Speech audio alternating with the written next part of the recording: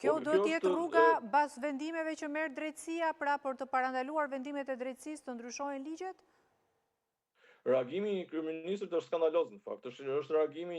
jo i një kryeministri të një vendi evropian ose një vendi i cili pret të futet në Bashkimin Evropian të realizojë të mbyll, të fillojë të mbyll negociatat duke nisur nga viti, duke nisur ndoshta nga ky vit për të mbyllur një pjesë të kapitujve, por është një deklaratë e cila gati si një kryeministri nga Kaspiku, që ende nuk i ka zgjidhur problemet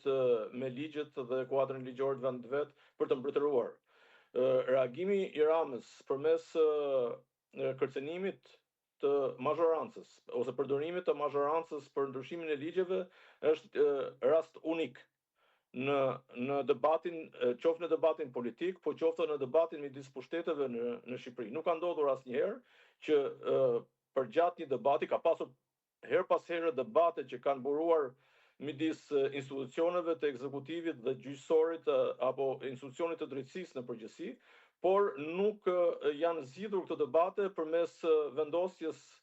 së kufirit të thana, si thua, nga ana e mazhorancave për të ndryshuar ligjin në favor të një rasti i cili mund të jetë objekt diskutimi, edhe mund të jetë objekt debati për pasojat e këtij lloj vendimi apo kësaj lloj vendimarrje, por kjo nuk mund të adresohet për rastin, për një rast direkt përmes ndryshimeve të kuadrit ligjor. Kjo bën shumë, si thua, këtë betejë bën shumë luftarake këtë betejë midis kryeministrit dhe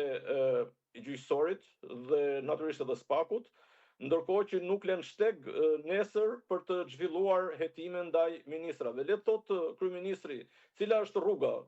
nëse ne të gjithë bien dakord me pozicionin që ka zënë kryeministri në raport me vendimarrjen e GJKK-s dhe SPAK-ut për pezullimin e zonës Balluku. Le të na tregojë ai se cila është rruga përmes të cilës mund të adresohet korrupsioni dhe përfshirja në vepra penale të ministrave të çfarëdo lloji qeverie në Shqipëri.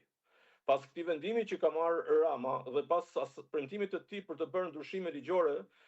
ministrat praktikisht nuk janë vetëm me imunitet, janë me hiperimunitet. Do të thotë se janë të paprekshëm nga ana e institucioneve të drejtësisë, për shkak se ka dhe një logjik e cila në fakt është një logjik krejtësisht e drunjtë të kryeministrit,